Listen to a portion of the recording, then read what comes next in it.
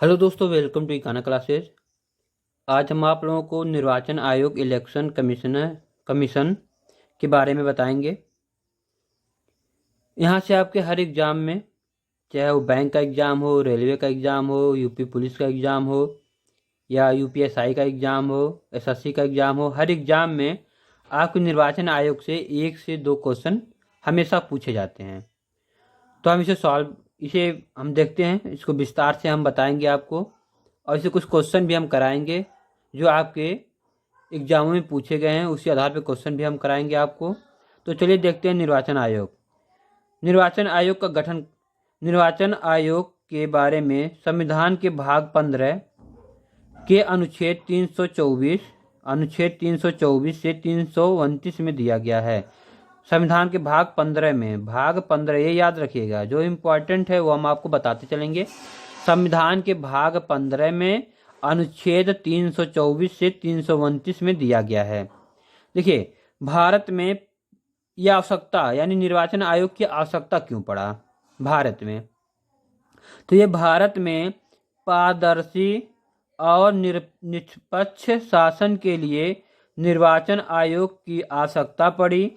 इसीलिए इसकी स्थापना 25 जनवरी 1951 को इसकी स्थापना की गई। ये याद रखिएगा, किस सन में स्थापना की गई? तो 25 जनवरी 1951 को निर्वाचन आयोग की स्थापना की गई। देखिए, भारत में पहली बार आम चुनाव 1951-52 में हुए थे। आपको यहाँ तो क्वेश्चन पूछेगा कि भारत में पहली बार आम चुनाव कब हुआ था? तो 1951 से 1952 में हुआ था। 51-52 में हुए थे, ये याद रखिएगा आप लोग। देखिए, 25 जनवरी यहाँ पे स्थापना कब हुआ था निर्वाचन आयोग का? यहाँ पे 25 जनवरी 1951 को। तो इसी 25 तारीख को ही जो है राष्ट्रीय मतदाता दिवस मनाया जाता है। देखिए, 25 जनवरी को ही राष्ट्रीय मतदाता दिवस मनाया जाता है। तो आप इससे भी याद रख सकते हैं, 25 जनवरी 1951 को निर्वाचन आयोग का गठन हुआ था और 25 जनवरी को ही राष्ट्रीय मतदाता दिवस मनाया जाता है। तो आप इसे ध्यान में रखिएगा दोस्तों। अब आते हैं संरचना के बारे में। देखिए, इसकी संरचना, ये काम कैसे करता है, इसके बारे में हम जानेंगे। देखिए, पहले जो है निर्वाचन आयोग एक सदस्यीय था, यानी इस निर्वाचन आयोग में सिर्फ एक सदस्य थे और वही जो है निर्वाचन आयुक्त कहलाते थे। जो एक सदस्य थे। उसके बाद उसको 1993 के बाद निर्वाचन आयोग त्रिसदस्यीय कर दिया गया। यानी अब निर्वाचन आयोग में जो है 3 लोग आ गए। जो पहले एक मुख्य थे, इन्हें मुख्य निर्वाचन आयुक्त कहा जाता था। इनके अंदर 2 लोग काम करते थे, उनको जो है निर्वाचन आयुक्त कहा जाता था। जो मेन होते थे उनको मुख्य निर्वाचन आयुक्त, और जो अन्य 2 होते थे उनको निर्वाचन आयुक्त कहा जाता था। ये याद रखिएगा हमेशा आप लोग।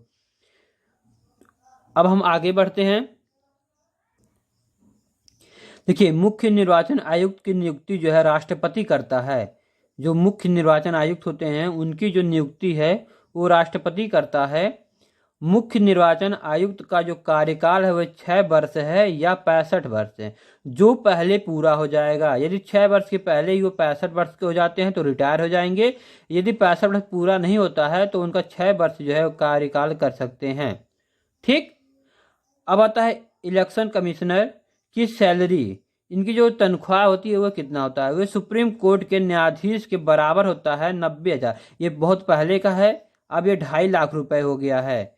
अब ये हो गया है 2,50,000, यानी 2.5 लाख रुपए हो गया है। और ये भारत के संचित निधि से सैलरी प्राप्त करते हैं। इनकी जो सैलरी होती है कहाँ से आता है? भारत के संचित निधि से। ये याद रखिएगा, भारत के संचित निधि से इनको जो सैलरी प्राप्त होता है। इनकी सैलरी कितना है? 2.5 लाख रुपए होता है। और इनका कार्यकाल 6 वर्ष या 65 वर्ष, जो पहले पूरा हो जाए। इनकी जो नियुक्ति होता है वो राष्ट्रपति करता है। ये आप हमेशा याद रखिएगा। अब हम आगे बढ़ते हैं। देखिए, इलेक्शन कमिश्नर की शपथ का भारत के संविधान की अनुसूची 3 में बताया गया है। इसके जो शपथ है, इस शपथ किस प्रकार लेते हैं, वो संविधान की अनुसूची 3 में बताया गया है। देखिए, वर्क माने कार्य, इनका काम क्या होता है, इलेक्शन कमिश्नर का काम क्या होता है, ये किस तरह काम करते हैं, इसके बारे में हम आपको बताएंगे। देखिए, ये जो है राष्ट्रपति, उपराष्ट्रपति का चुनाव करवाना, लोकसभा, राज्यसभा, विधानसभा तथा विधान परिषद के सदस्यों का चुनाव करवाना, चुनाव की डेट निकलवाना, चुनावी खर्चों की निगरानी रखना, आचार संहिता लगाना और पालन करना, निष्पक्ष एवं पारदर्शी चुनाव करवाना, मतदाता पहचान पत्र तैयार कराना, चुनाव चिन्हों का आवंटन करना, यानी जो चुनाव चिन्ह बंटते हैं उनका बंटवारा करना, आवंटन करना, और मतदान पहचान पत्र तैयार करवाना, ये सब इनका जो है कार्य है निर्वाचन आयोग का। अब आते हैं कुछ इंपॉर्टेंट पॉइंट है, उसके बारे में जानेंगे। पहले इलेक्शन कमिश्नर यानी निर्वाचन आयुक्त जो है कौन थे, सुकुमार सेन थे। सबसे पहले जो है सुकुमार सेन जो है इलेक्शन कमिश्नर यानी निर्वाचन आयुक्त बनाए गए थे, ये याद रखिएगा आप लोग। वर्तमान में यानी 2022 में, ये हम 2022 यहाँ लिख दें, 2022 वर्तमान में मुख्य निर्वाचन आयुक्त कौन है, श्री राजीव कुमार हैं 2022 में। वर्तमान में निर्वाचन आयुक्त कौन है, देखिए मुख्य निर्वाचन आयुक्त 3 लोग हैं ना अब, तो मुख्य निर्वाचन आयुक्त जो है श्री राजीव कुमार है, और अन्य 2 लोग जो है राजीव कुमार और अनूप चंद पांडे, ये 2 लोग हैं, दो लोग हैं। अब देश की एकमात्र महिला मुख्य न्यायाधीश, मुख्य निर्वाचन आयुक्त कौन थी, वीएस रमा देवी थी। यहाँ से क्वेश्चन बन सकता है आपके एग्जाम में, देश की एकमात्र महिला मुख्य निर्वाचन आयुक्त वीएस रमा देवी।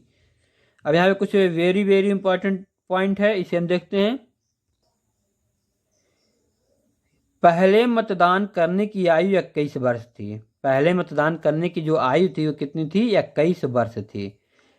61वें संविधान संशोधन अधिनियम 1988 में 1988 के द्वारा 21 से घटाकर 18 वर्ष कर दी गई। देखिए यहाँ पे क्वेश्चन आपका पूछेगा एग्जाम में कि किस संविधान संशोधन के द्वारा मतदान की आयु 21 वर्ष से घटा के 18 वर्ष कर दी गई। तो 61वें संविधान संशोधन अधिनियम 1988 के द्वारा 21 से घटाकर 18 वर्ष कर दी गई और 1989 में इसे लागू कर दिया गया। आप इसे याद रखिएगा, ध्यान में रखिए दोस्तों। अब चलते हैं, हम आगे बढ़ते हैं। मतदान के बाद जो उंगलियों पर स्याही लगता है उसे सिल्वर नाइट्रेट कहा जाता है। देखिए जब आप जब वोट आप डाल के आते हैं तो आपकी उंगली पे जो है स्याही लगाया जाता है, उस स्याही को सिल्वर नाइट्रेट कहा जाता है, ये आप याद रखिएगा। देखिए यहाँ पे ईवीएम, अब तो ईवीएम के द्वारा वोटिंग हो रहा है, ईवीएम मशीन के द्वारा। तो ईवीएम का फुल फॉर्म क्या है, तो इसका फुल फॉर्म है इलेक्ट्रॉनिक वोटिंग मशीन, ये इसका फुल फॉर्म है। ईवीएम का यूज यानी ईवीएम का प्रयोग जो है करने वाला पहला राज्य केरल था। 1982 में प्रयोग किया गया केरल में। 1988 में ये एमपी में प्रयोग किया गया 5 जगह पे, राजस्थान में 5 जगह, दिल्ली में 6 जगह पे। विधानसभा में चुनाव हुआ। संपूर्ण चुनाव यानी पूरा जो चुनाव जो है, पूरा चुनाव ईवीएम पर किस देश में हुआ, तो किस राज्य में हुआ, तो संपूर्ण चुनाव ईवीएम से कराने वाला पहला राज्य गोवा था 1999 में। देखिए यहाँ पे दिया है ईवीएम का यूज करने वाला पहला राज्य केरल था 1982 में। ये यूज किया, पूरे राज्य का चुनाव नहीं हुआ था, कुछ ही राज्य के कुछ ही जगह पे इसका चुनाव हुआ ईवीएम का, ईवीएम के द्वारा चुनाव किया गया।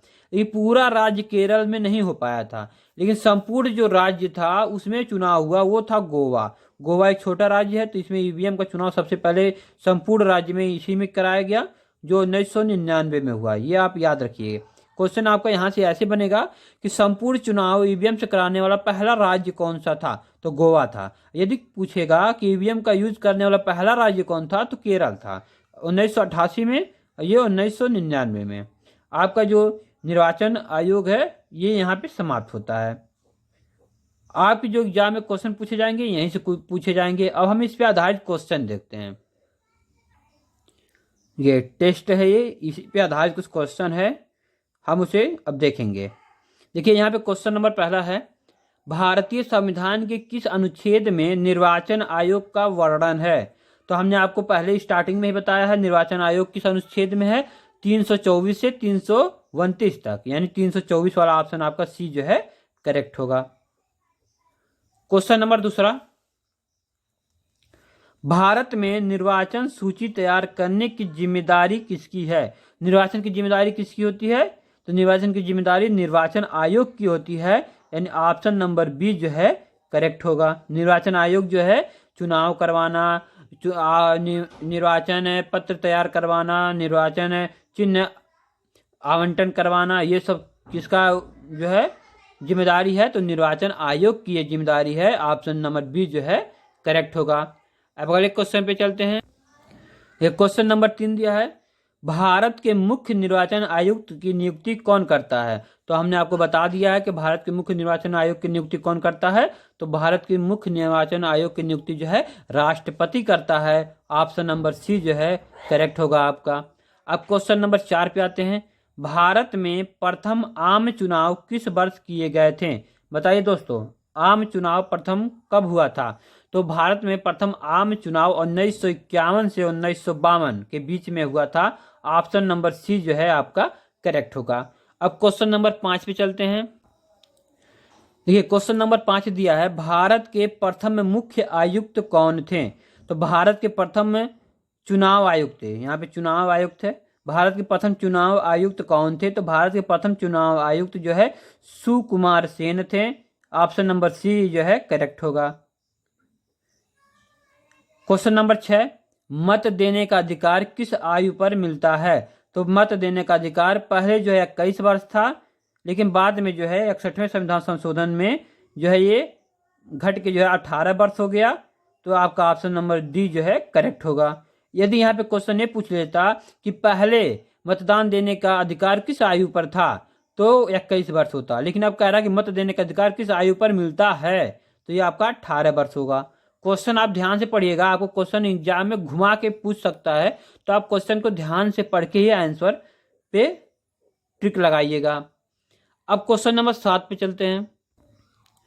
क्वेश्चन नंबर 7 जो है, भारत में मतदान की आयु सीमा 21 से घटाकर 18 किस वर्ष में किया गया? तो हमने आपको बताया है कि 61वें संविधान संशोधन अधिनियम 1988, यानी ऑप्शन नंबर ए जो है करेक्ट होगा दोस्तों।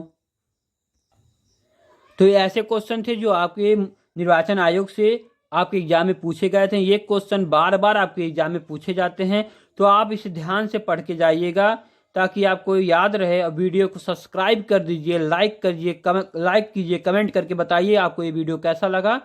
वीडियो देखने के लिए धन्यवाद दोस्तों। जय हिंद दोस्तों।